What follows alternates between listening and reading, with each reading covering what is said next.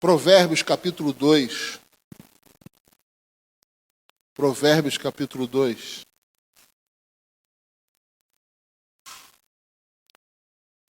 Nós vamos ler todo ele, mas por partes. Então eu queria começar lendo com vocês os 4 primeiros versículos de Provérbios. Amém?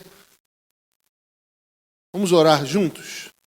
Repita comigo assim: Senhor, muito obrigado, porque todo aquele que se achega ao Senhor vai te encontrar. E hoje nós nos encontraremos contigo através da tua palavra. Então fala comigo, que nada me roube o que o Senhor tem. Em nome de Jesus, amém. Olha o que diz aí, Provérbios capítulo 2, versículo 1.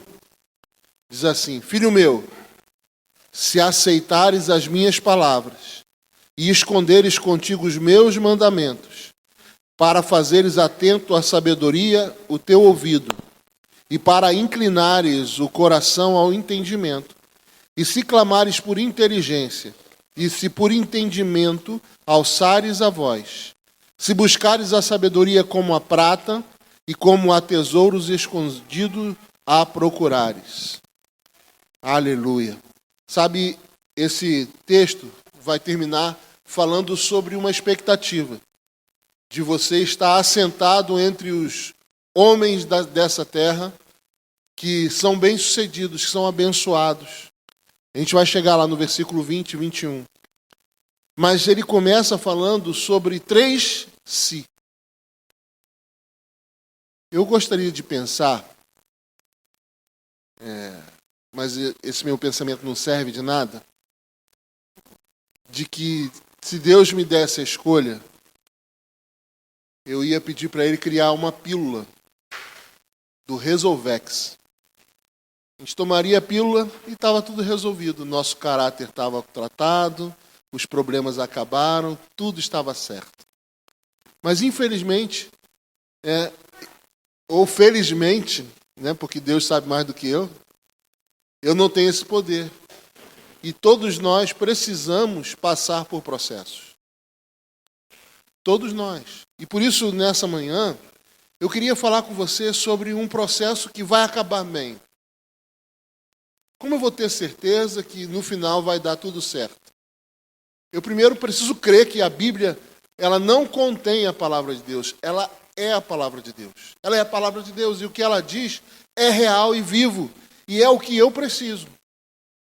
É uma questão de confiar naquilo que nós acreditamos com tudo que temos. Mas vamos lá. Ele coloca aqui 3 e si. Uma condição para a gente poder viver. A primeira condição fala do desejar. A segunda fala sobre verbalizar. E a terceira sobre se comprometer. Você vai ver isso à medida que a gente estiver caminhando. A primeira delas é: se aceitares as minhas palavras e esconderes contigo os meus mandamentos. Como eu vou conseguir chegar no fim e o fim vai ser bom? Eu fico pensando nisso, sobre o fim que é bom. A Bíblia fala que melhor é o fim do que o começo de todas as coisas. Melhor o fim do que o começo de todas as coisas. E quando o fim não é bom? É porque não foi o fim projetado pelo Senhor. Porque o fim bom de Deus, ele é melhor do que o começo. Gente, e o começo é fantástico. Não vê? Quando o Manu chega aqui com as roupas, imitando o Elvis, aí todo mundo fala: olha como que ele chegou. Hoje, Gustavo chegou vestido de urso polar. Todo mundo... Gente, o começo é fantástico. É cheio de alegria, de risadas. Até o peido do começo a gente gosta. Verdade. Olha que lindo o cocôzinho dele. Mas é verdade, eu estou mentindo? Não. Era delicioso limpar a Samara quando ela era bebê.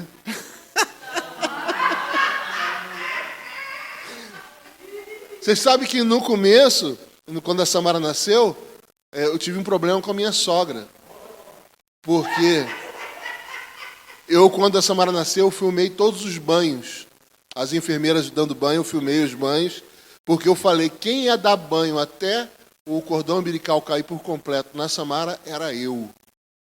Né? Bobeira minha. Palhaçada. E eu que dei banho. Simone gostou, né? Ficou de boa. Eu dava banho na Samara, né? E é interessante que toda vez que a Samara tomava banho comigo, era tranquilo o banho. Quando tomava com a Simone, porque de vez em quando tinha que tomar com ela sempre cagava e mijava na água. Mas comigo nunca acontecia isso. Gente, o começo é incrível. O começo é cheio de sonhos. O começo é cheio de expectativas. E porque o fim normalmente não é assim. É igual o casamento. Né? Tem uma das prédicas que tem lá nos legendários. Quando eu vou, eu gosto muito de fazer. Né? Vai ter gente que vai fazer aqui. Mas assim, nessa prédica a gente começa falando disso. Né? Que o casamento de muitas pessoas, quando começou, era fantástico. Ninguém casa falando assim, nossa, daqui a 5 anos eu vou me separar dela porque ela vai virar uma bruxa. Todo mundo casa com uma expectativa fantástica. E por que o fim não é melhor do que o começo? Porque não foi o fim desejado por Deus. Como eu vou garantir, então, que eu chegue num fim abençoado? Aqui está. Se aceitares as minhas palavras. Aceitar é tomar, pegar, buscar, assumir a responsabilidade. Não é só ouvir a palavra de Deus, mas falar assim, cara, isso que eu estou ouvindo é o que eu preciso colocar em prática. Aqui ainda está no campo das ideias. A primeira coisa que eu tenho que fazer é desejar a palavra de Deus. Desejar aquilo como uma verdade absoluta. Por isso que ele fala, se aceitar, se tomar, se assumir essa responsabilidade. Fala assim, não, a palavra de Deus é verdade. Eu vou assumir. Eu vou pagar o preço para ver o que o Senhor vai fazer na minha vida. Mas ele continua, se aceitares as minhas palavras e esconderes contigo os meus mandamentos. Esconder é entesourar. É você colocar num lugar onde ninguém consiga roubar.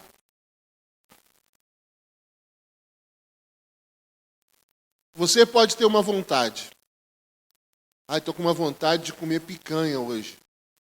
Estou com uma vontade de louco comer picanha. Mas aí, o outro chega e falou assim, olha, não sei, mas eu estou com muita vontade de comer um peixe na casa do peixe.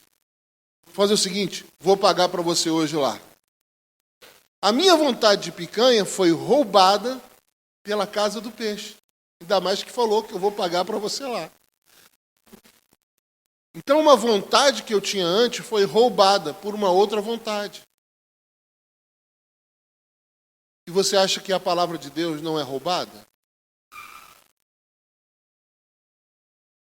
Por isso que ele fala, você precisa não só aceitar, assumir a responsabilidade, mas tornar ela tão importante na sua vida, que nada roube isso de você. Que um convite de amigo não roube, que uma situação favorável a você, mas desfavorável à sua fé, te roube. Entesourar a palavra de Deus é você torná-la inalcançável por qualquer outra possibilidade, mas quando alguém fala com você, qualquer outro argumento, você precisa, e eu preciso, não só aceitar, assumir a responsabilidade, eu vou cumprir, como eu vou precisar manter guardado, escondido. Quando alguém, por exemplo, quer passar num concurso, e ele começa a estudar, aparecem pessoas dizendo para ele assim, Ah, cara, você precisa relaxar. Esse final de semana a gente está indo para Bodoquena e vamos pescar, vai ser muito legal. Vamos, cara, esquece um pouco o estudo. Na semana que vem você volta. Aí na outra semana, durante a semana alguém fala assim, não, mas durante a semana você precisa sair. Tem uma hamburgueria nova agora que é top, vamos lá, você sai de novo. Quando chega no dia do curso, por você não ter entesourado a sua decisão de passar no curso, quando você faz a prova, você não consegue passar. Não é que você não queria passar na prova. Não é que você não tinha decidido passar na prova. É que, de fato, você não tornou essa sua decisão seu tesouro. Quem está entendendo o que eu estou falando? Por isso, como eu vou ter certeza de que eu vou alcançar esse lugar? Quando eu aprender a guardar a palavra do Senhor num lugar onde ninguém mais toque. E a respeito disso, de guardar a palavra, ela vai servir para algumas coisas. Ainda no primeiro tópico, fala para fazeres atento à sabedoria, ao teu ouvido e para inclinares o coração e o teu entendimento. Por que eu tenho que guardar, aceitar a palavra como minha responsabilidade? Por que eu tenho que esconder dentro do meu coração, num lugar onde ninguém toque? Para que eu fique atento à sabedoria. Para que o meu ouvido fique atento à sabedoria. Para que eu consiga ouvir a sabedoria. Para que eu me incline o coração ao entendimento. E eu queria pensar com vocês sobre isso. Primeira coisa que eu queria dizer para você a respeito disso, que essa sabedoria, esse desejo, ele precisa ser um desejo correto. Sabe de uma coisa? A maioria das pessoas carregam consigo deformidades. E muitas pessoas, por exemplo, querem a bênção de Deus por motivos escusos. Para que vejam, para se sentir. Sabe, uma carência mal resolvida pode dar origem a impulsos emocionais passageiros. Você tem problemas na sua história e você vai se relacionar com Deus por causa desses problemas. A maioria das pessoas até começam assim. Mas um relacionamento saudável com Deus precisa ser um relacionamento que você aceitaria para você mesmo. Você aceitaria que alguém se relacionasse com você pelo que você pode proporcionar? Imagina, Joelso, você é amigo do Joelso. Por quê? Porque o Joelso faz móveis de madeira. E eu estou pensando em mudar todos os móveis da minha casa. Você é amigão dele e ele vai fazer as coisas para mim, vai ser maneiro. E aí eu me relaciono com ele só pelo que ele pode fazer. O problema dessa relação é que quando eu tiver os móveis que o Joelso faz, o Joelso não serve mais para mim. Porque toda a minha relação está baseada no que ele pode me dar. Qual é a relação saudável?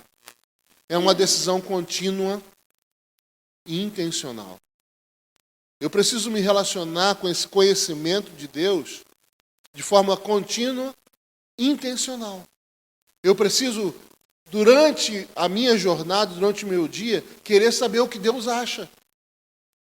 Eu preciso intencionalmente colocar tudo o que eu faço e penso aos olhos da observação de Deus para Ele poder me ensinar. Sabe? E aí eu passo a ter uma motivação de querer apenas conhecer a Deus. Descobrir o que Ele acha. Descobrir qual é o desejo dEle. E o relacionamento é focado, então, em algo real. E para inclinar o coração ao entendimento. Se a primeira coisa ele fala sobre ou conseguir ouvir, perceber o Senhor da forma correta, ele fala sobre coração, sabe por quê? Porque eu vou dizer para você chegar no fim que é bom, você vai ter que ter coragem agora no presente para acreditar no que você ainda não vê. Para você chegar num fim que é bom, o seu coração precisa estar inclinado ao entendimento. Um coração inclinado ao entendimento é um coração que está propenso a descobrir o que Deus vai fazer e, custe o que custar, vai botar isso para frente.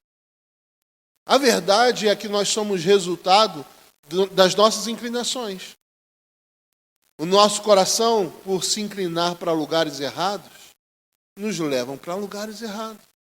O coração tem a ver com coragem, é a mesma raiz. Quem coloca o coração em algo, na verdade, está colocando a sua coragem para viver aquilo. Porque para chegar num fim bom, você vai ter que ter coragem. O Evangelho, o reino de Deus, não é para frouxo. É para gente corajosa. Que muitas vezes... Oi. Coração. Isso aí, coragem em ação. Você e eu precisamos ter esse coração, essa coragem, essa atitude de se colocar nesse lugar, onde nós vamos correr risco. Gente, se fosse fácil, ele ia falar para você assim, você precisa só ouvir a minha palavra e aí tá bom, resolveu. Resolveu. Você vai saber a verdade e resolveu. Não funciona assim. Você precisa entender e eu preciso entender que conhecer a verdade é parte do processo. Jesus é o caminho, a verdade e a vida. Ninguém vem ao Pai a não ser por Ele. O caminho precisa de uma atitude de ir. Mas a verdade precisa ser vista, reconhecida, inclinada ao coração para ela. Mas a vida vem só depois. Tem muitas pessoas que descobrem problemas, sabe? E pensam que só por descobrir o problema já é o suficiente. Entendi por que eu estou preso. Não. Nós precisamos criar padrões e atitudes na nossa vida que nos levem para o lugar que a gente precisa ir. Não adianta a gente falar que nós cremos em Deus, se o que nós fazemos durante o dia não demonstra a nossa fé. Isso é um desafio. É um desafio muito grande. Depois ele continua falando sobre o segundo e si. Hoje eu vou tentar ser mais rápido para a gente poder comemorar com as mamães, né, como eu prometi através da boca da Simone no grupo, né? Vou cumprir. Até porque hoje é o dia dela, né, mãe? Então. Mas o segundo e si é verbalizar. Se clamares por inteligência e por entendimento, alçares a sua voz. Preste atenção. Para você chegar no fim desejado, você vai ter que verbalizar. Só se você for mudo, se tiver problema e não conseguir falar, você vai verbalizar, né, nos sinais escritos. Mas você que fala, Deus te deu essa voz para você falar, para você verbalizar. Por isso que ele fala, se clamares por inteligência e por entendimento, alçares a voz. Verbalizar é você deixar claro o que você quer. Quando, pensando ainda na comida, vamos voltar para a comida, né? O outro só vai saber o que você quer comer se você falar. Hoje é dia das mães, e mãe é mulher, né? E toda mulher tem um pouco disso que eu vou falar. Ela chega para o marido e fala assim, eu queria comer um gunosso, um negócio. A Samara que falava quando era gunosso, né, assim? Ela virava para ele e falava assim, mãe, pai, eu quero um gunosso. Mas a Simone também fala. Por quê? Porque a Samara via a Simone falar. Ela virava para mim e falava assim, estou com uma vontade de comer um negócio. O que é? Não sei, um negócio assim. Um negócio assim. Já, você consegue entender o que significa um negócio assim? Né? É alguma coisa diferente. Obrigado. Não adiantou de nada. Não fala, não? É uma mulher, é uma santa. A auréola de Santa Maria do Não Pedinte. Gente, a mulher tem esse problema, ela não fala. Como que o outro vai saber o que ela quer se ela não fala? A gente precisa verbalizar o que a gente acredita. Sabe uma técnica de aprendizado muito forte? É você compartilhar com as pessoas o que você aprendeu.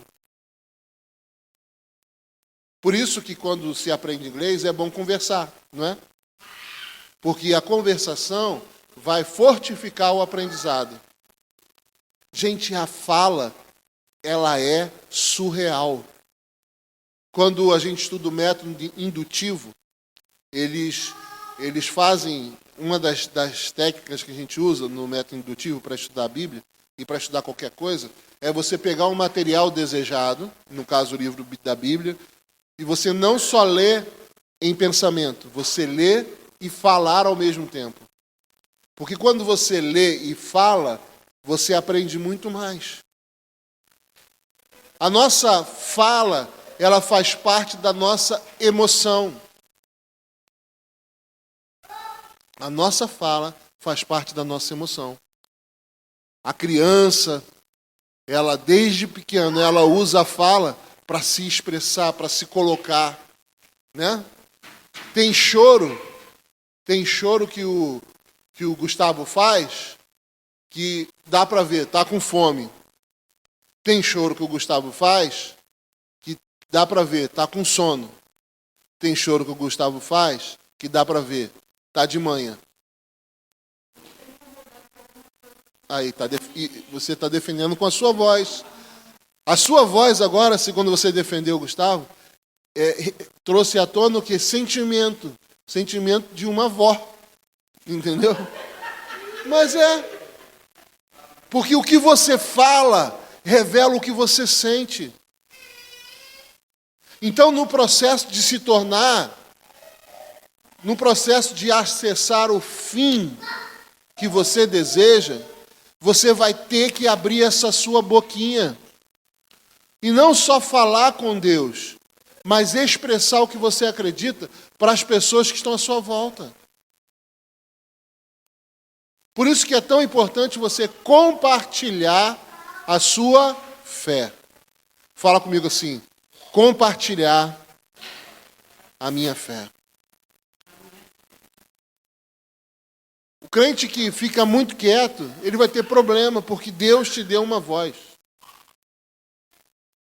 Assim como você precisa desejar o que eu falei, aprender o que o Senhor diz, a palavra, o que Ele está te ensinando, guardar isso no coração, num lugar onde ninguém toca, você precisa ao mesmo tempo falar sobre isso. Você precisa orar sobre isso.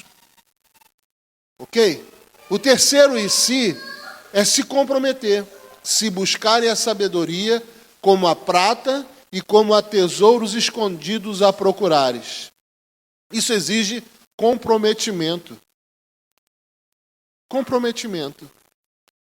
Vamos trocar isso aqui pela aquela camisa que você sabe que está dentro do guarda-roupa. E só que você não sabe onde. E aí você quer achar. O que você faz? Eu não faço isso. Eu acho que o homem é diferente, mas a mulher também. Hoje é dia das mulheres. Então vamos falar das coisas boas, das mães. As mães fazem isso, porque eu vejo a Simone fazer. O que ela faz? Ela quer uma camisa. E ela vai tirando tudo que está dentro do guarda-roupa e colocando em cima da cama. Até achar a camisa. E parece que nesse dia, a última peça que vai ser tirada é a camisa que ela está procurando. Eu acho que você e todo mundo, que a Samara também faz isso. A primeira aí é melhor, né? Ah, aí é pior. Você reparou como que quando você quer achar o que você perdeu, isso compromete a sua rotina? Você tem que trabalhar para achar o que você quer. Significa que para você ter mais de Deus, você vai ter que trabalhar. Sabe, a busca por esse fim que você deseja não é orgânica. Não é viver. A Samara, ela não precisa fazer nada para ser minha filha. Porque ela nasceu minha filha, sabia? Ela já nasceu minha filha. Quando você aceita Jesus, você também se torna filho de Deus. Mas existe um processo para você alcançar a maturidade. E esse processo é intencional. Ele não é orgânico. Não é orgânico. Por isso eu preciso me comprometer. Para achar um tesouro, tem gente que larga tudo na época. Não sei se hoje ainda tem garimpo, né? Forte, né? Mas o cara que vai para o garimpo, ele larga a família, larga tudo, fica no meio do mato, no desconforto, para poder tentar achar uma coisa que está ali, se estiver. Será? Será? Será que ela vai estar ali de verdade?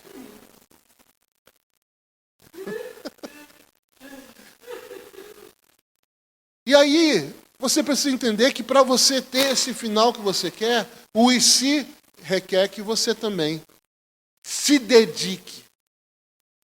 Uma das coisas que eu tenho falado com o Ministério do Louvor, que a gente está tentando fazer, é criar a cultura de todo dia alguém colocar um versículo bíblico, uma palavra, e a gente fazer as nossas meditações diárias. Gente, porque não é orgânico. Ser cristão não é orgânico.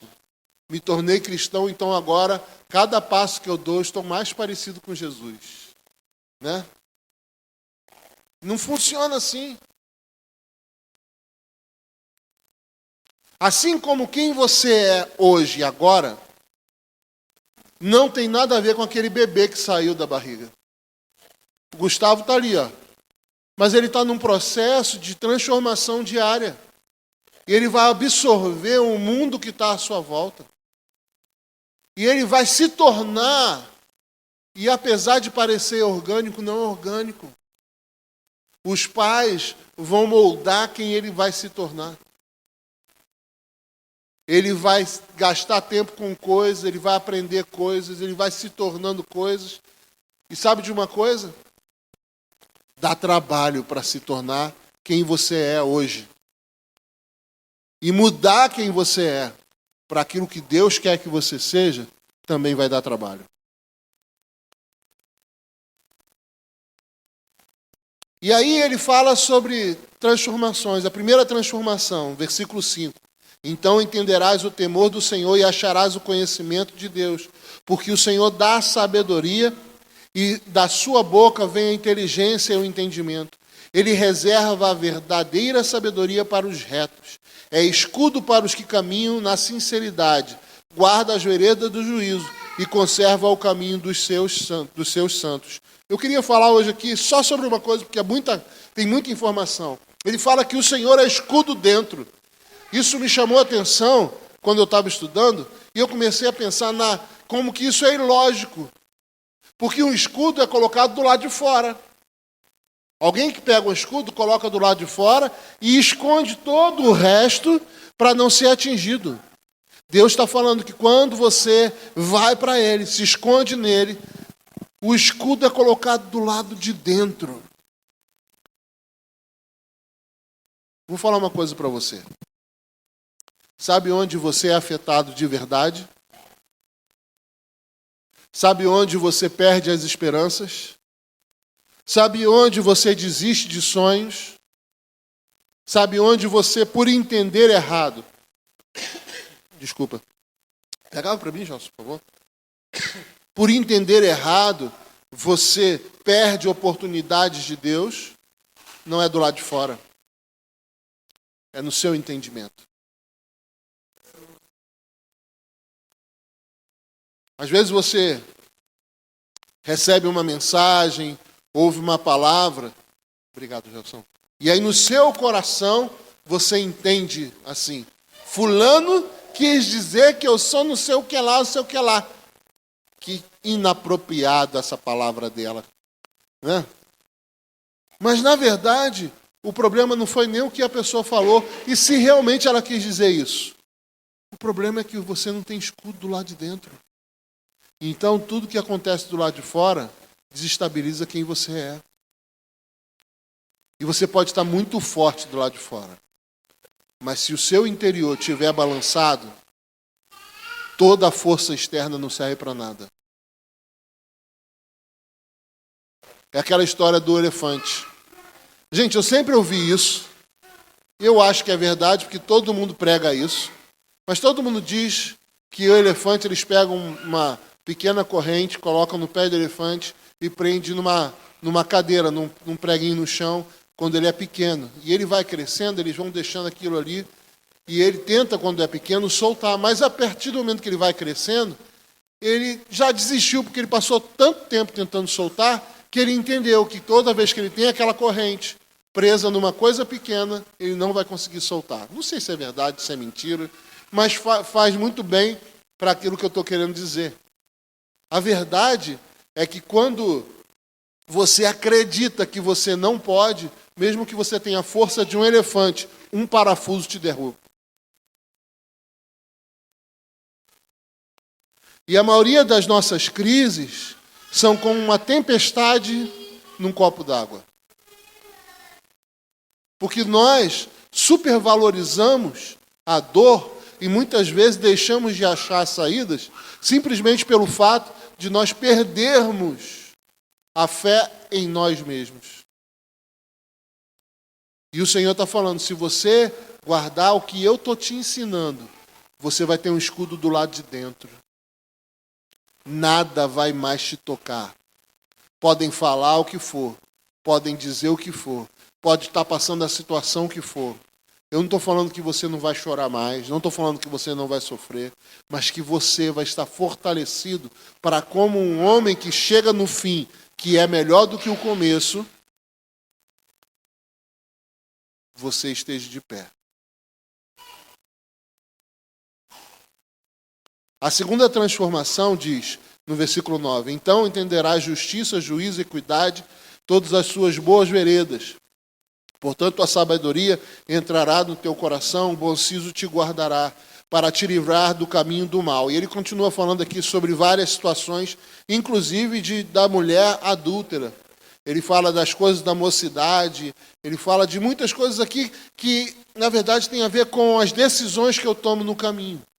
Então, a segunda bênção, a primeira bênção é que o meu coração, quem eu sou de verdade, o lugar onde eu tenho força vai estar protegido se eu estiver no Senhor. Se eu não estiver no Senhor, por que muitas vezes acontecem as coisas e eu fico cambaleando? Eu ouço o chefe falando uma coisa, eu cambaleio. Eu ouço o governo falando uma coisa, eu cambaleio. Eu perco alguma fonte de renda e eu cambaleio. É porque talvez o meu coração ainda não está no Senhor. E a gente precisa entender que, às vezes, Deus ele permite que algumas situações acabem para Ele começar outras, melhores e mais harmoniosas. Mas a dor de perder é sempre ruim. Por isso, nesse texto, ele fala que se você deixar que a palavra seja uma riqueza que ninguém toque, você vai estar protegido. Mas a segunda coisa que ele fala é que você vai ter sabedoria para o seu caminho. Os seus olhos vão ser um mapa. Imagina. Todo mundo fala, é por ali. Não, falando não é por ali, não, é por aqui.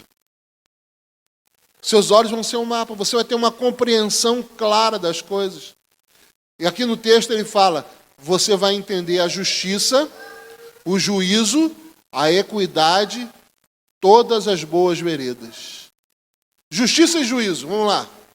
Eu já falei isso várias vezes, mas justiça não é dizer quem está errado e quem está certo. Fazer justiça é você dar para quem precisa o que ela necessita.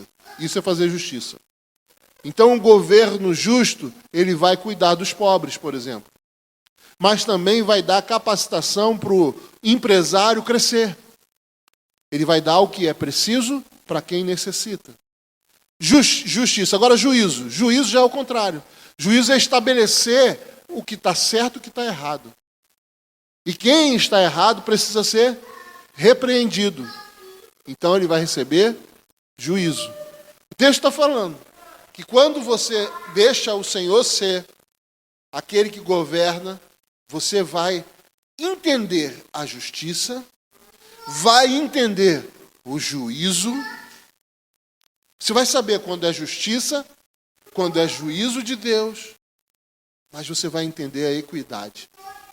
E equidade muitas vezes é entendida errada, porque equidade possivelmente muitas pessoas comparam com a igualdade.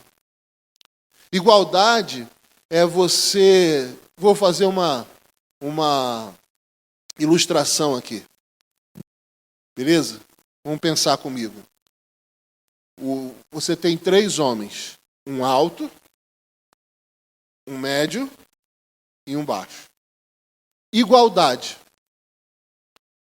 é você dar uma caixa para o alto, uma caixa para o médio e uma caixa para o baixo, para eles poderem ver o que está acontecendo em cima do muro. O que é alto, ele não precisa, ele já está vendo. Então ele só vai subir na caixa e vai ver melhor ainda, vai poder apoiar os braços. O que é médio, vai ficar fazendo assim, ó, para ver, porque a caixa não foi o suficiente. E o que é baixo, vai continuar vendo o muro. A equidade é você não dar caixa para o que é alto. É você dar 2 caixas para o que é baixo e 3 caixas para o que é pequeno. É você fazer com que as diferenças sejam respeitadas. Então, com alguém que anda em equidade, por exemplo, quando vê o outro gritando, vai perceber se o outro que está gritando precisa de mais uma caixa para subir. Porque, na verdade, quem está precisando é de ajuda. Ser uma pessoa que trabalha na equidade é ser uma pessoa que compreende o outro, que vê a diferença entre os outros. E aí chegamos no fim da rota, no que você quer que seja o seu fim. Versículo 20 e versículo 21. Assim andarás pelo caminho dos homens de bem e guardarás as veredas dos justos, porque os retos habitarão a terra e os íntegros nela. Ele vira e fala assim, sabe qual vai ser o fim se você guardar isso? Você vai ser contado como aqueles que são justos, dos homens de bem. Quando alguém pensar em você, vai falar assim, aí é um homem de bem. Eu gosto de ir em alguns lugares onde se conta a história dos antepassados, né? E quando você ouve sobre a história de um homem de bem, você ouve porque, de fato, ele marcou a história. Ele marcou a história de muitas pessoas. Ele fala que esse vai guardar as veredas dos justos. Guardar é proteger, sabe? É deixar um legado para que se saiba qual é a vereda do justo. Por isso ele fala, ele vai habitar na terra. Ele vai habitar nesse lugar de integridade. Então, olha como que tantas coisas o Senhor nos coloca e elas são simples. Tudo que eu falei é muito simples. Quando eu falo sobre a montanha, né, sobre os legendários, eu fico pensando, graças a Deus, que o reino de Deus não é a montanha. Porque às vezes é difícil subir a montanha. Dói, cansa, você se machuca. Mas o que ele está propondo é diferente. É você comprometer os seus dias, assumir como responsabilidade para os próximos anos, para as próximas estações. Você guardar o que Deus está te pedindo e fazer, colocar isso em prática. Uma coisa de cada vez.